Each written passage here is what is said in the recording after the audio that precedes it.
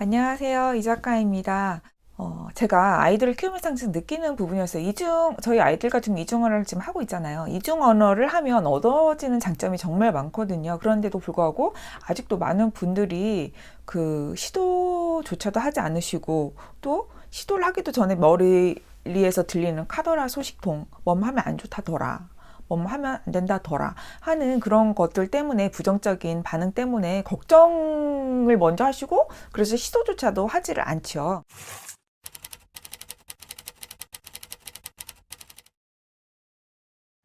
제가 그 이중 언어를 할 경우, 영어를 일찍 시작할 경우 그 안 좋은 게 뭐냐 고민들 들어보면 거의 비슷해요.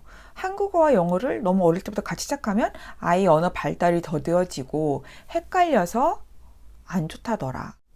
이도 아니고 저도 아니고 두 가지 언어 다 모두 못하게 된다더라. 이런 뭐뭐 한다더라. 이런 부정적인 것을 많이 들으셔서 시도를 못 하시는 경우가 굉장히 많더라고요. 제가 그래서 오늘은 이중 언어자들, 저희 아이들도 이중 언어죠. 바이링구얼.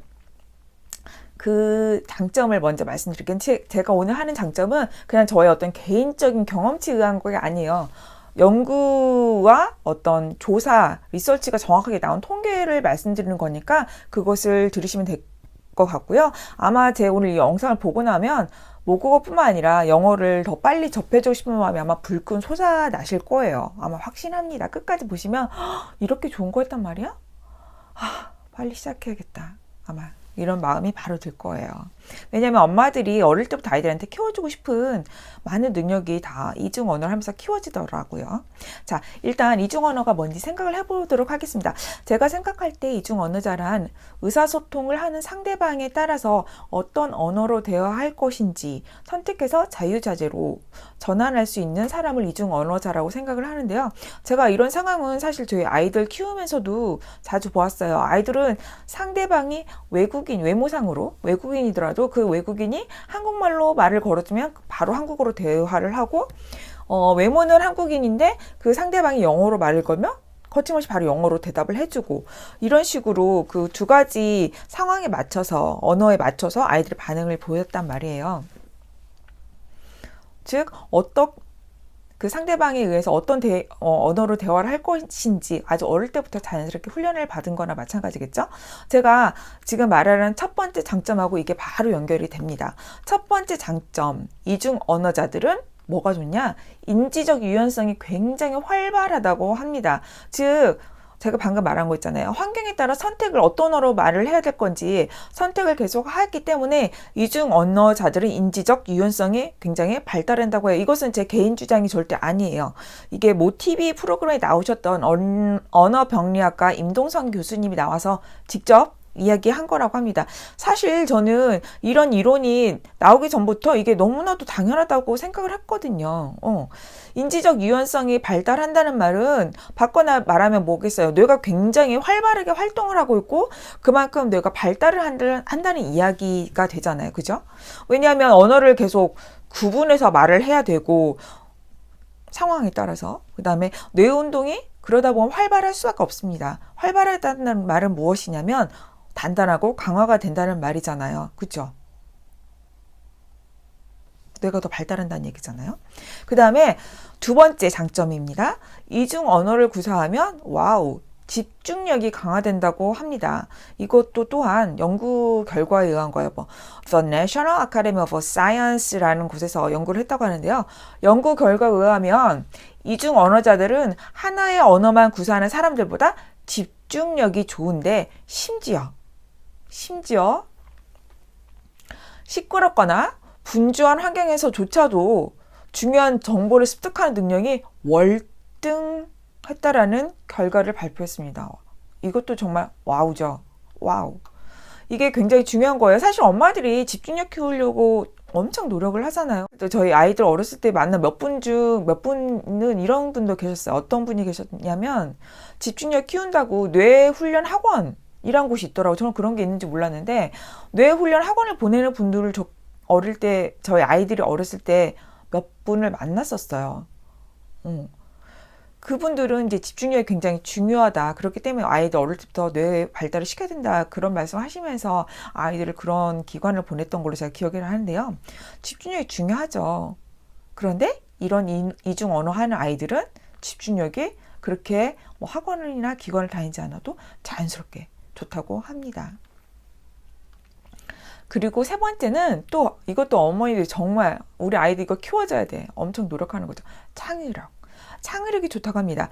Psychology Today에 따르면요. 이중 언어 사용자가 어떤 문제나 장애물 등 사건이 생겼을 때 창의적으로 문제를 해결하는 능력이 더 뛰어나다고 합니다. 이것도 어찌 보면 좀 저는 너무 당연하다고 생각이 들어요. 왜냐하면 하나의 언어를 구사하면 사고력이 언어 하나로만 이렇게 규정이 좀 지어지는 경향이 없지 않아 있잖아요. 그런데 이중 언어자 같은 경우는 정보를 두 가지로 얻잖아요. 하나의 언어로만 얻는 게 아니라 뭐 예를 들어서 모국어로 된 어떤 신문? 어린이 신문을 봤다고 하면 또 영어로 된 신문을 볼 수가 있잖아요. 제가 말한 거 신문이라고 해서 그냥 기본적으로 그냥 책이라고 하면 될 것 같아요. 뭐 그게 영상이 될 수도 있고 한국어 영상으로 볼 수도 있고 뭐 영어 영상으로 볼 수가 있잖아요. 그렇죠? 즉 두 가지 언어로 보고 듣는 거가 되는 거잖아요. 그러다 보면 그런 것들을 그렇게 자극받은 것들을 생각도 역시 두 가지로 하게 되고 자기가 아는 것을 말로도 상대방에 의해서 두 가지 언어로 구사를 하게 되잖아요. 그러다 보면 뇌는 습관적으로 두 가지 활동을 의식하지 않지만 머릿속에서는 저절로 꾸준하게 활동을 하기 때문에 사고도 더 다양하게 할 수가 있는 거잖아요. 한 가지로만 생각하는 게 아니라 두 가지 언어로 지식을 받아들이고 말을 하기 때문에 창의적인 힘이 강화될 수밖에 없다고 생각합니다. 저는 이거 정말 너무 당연하다고 생각을 해요. 그 다음에 네 번째, 순발력이 생긴다고 해요. 요크 대학교 연구 결과에 의하면 이중 언어자들 뇌 반응 속도가 굉장히 빠르다고 해요. 왜냐면 이중 언어자들은 이 경우는 조금 완전 아기 때부터 이중 언어자는 아니고 약간 초등학교 고학년 이때부터 이중 언어 하는 아이들도 해당된다고 그래요.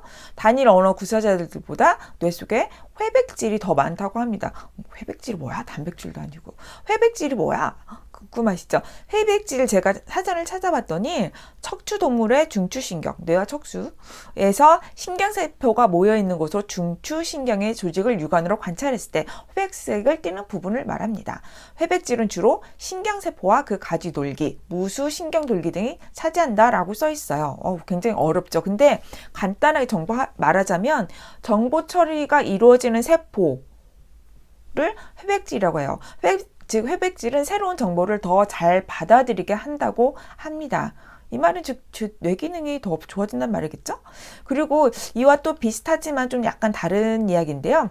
뇌의 40%는 회백질, 60%는 백질로 되어 있다고 하는데 백질은 회백질이 정보 처리를 담당한다면 백질은 그것을 전송하는 역할을 한다고 합니다. 즉 얼마나 빨리 이를 작용하게 하는지를 결정하는 거라고 하는데 즉 쉽게 말하면 4G로 할 건지 5G로 할 건지 이런 걸와 비슷하다고 생각하시면 될 것 같아요. 백질의 역할이. 즉 지는 담당이겠죠. 근데 이런 백질 같은 경우는 아예 어릴 때부터 정말 아기 때부터 이중 언어로 말하는 애들 있잖아요. 모국어 터지면서 같이 영어로 말하는 아이들. 이런 아이들 같은 경우 이게 굉장히 발달돼 있다고 합니다. 그러니까 즉 뭐든 일단 이중 언어를 한다는 것 자체는 일찍 하면 아주 좋고 조금 뭐 초등학교 고학년 이상 때까지 하더라도 절대 이것도 늦은 거 아니에요. 이때도 물론 일찍입니다. 성인이 되어서 할지언정 일찍 하나 늦게 하나 다 장점입니다. 다 장점이에요. 일단 이중 언어 구사하는 것 자체가 장점이에요. 뭐 이런 제가 지금 어떤 학술적인 증거를 말했는데 이런 거 빼고도 저희가 생각할 때는 한 나라의 언어는 문화를 보여주는 거잖아요. 그래서 어릴 때 영어와 모국어 다 하면 두 가지 다른 문화를 받아들이게 되는 거라고 생각을 해요. 물론 영어 같은 경우는 사실 직접 경험은 아니잖아요. 뭐 책이나 뭐 그런 영상이나 그리고 언어의 그 나오는 것들을 통해서 간접 경험이 쌓이는 거긴 하지만 이런 간접 경험조차도 커서 직접 경험을 할 때 엄청 빨리 더 적응할 수 있는 힘을 발휘하게 되잖아요. 그렇기 때문에 많은 이중언어의 장점 아직도 많이 불안해하시는데 불안해하지 마시고 부정적인 거 생각하지 마시고 그런 거에 너무 시간 투자하는 거 아깝잖아요. 아직 안 하고 계시면 일단 빨리 시작하세요. 집에 있는 영어 동화책 하나 집어서 읽어주시고 영어 영상 하나 보여주시고 일단 뭐든 시작해 보는 게 중요한 것 같고요. 뭔가 더 동기부여를 받고 싶고 진짜 다른 아이들 어떻게 하는지 궁금해 한다면 제가 운영하는 기적의 영어요가 카페 와서 그냥 다른 아이들 하는 거 한번 보세요. 그러면 아마 깜짝 놀랄 거예요. 다른 아이들 하는 거 보면 같은 4살인데 같은 6살인데 같은 7살인데 같은 8살인데 같은 12살인데 이미 너무 잘해. 뭐 이만한 챕터북 쭉쭉 읽고 할 수 있고요. 다 할 수 있습니다. 지금 시작하면 되는 거고요. 늦지 않았습니다. 모국어와 영어, 이중언어 같이 아이들에게 키워주면 장점이 너무 많아요. 부정적인 거 생각하지 말고 바로 시작해 주시기 바랍니다. 좋아요, 구독, 알람, 바이바이.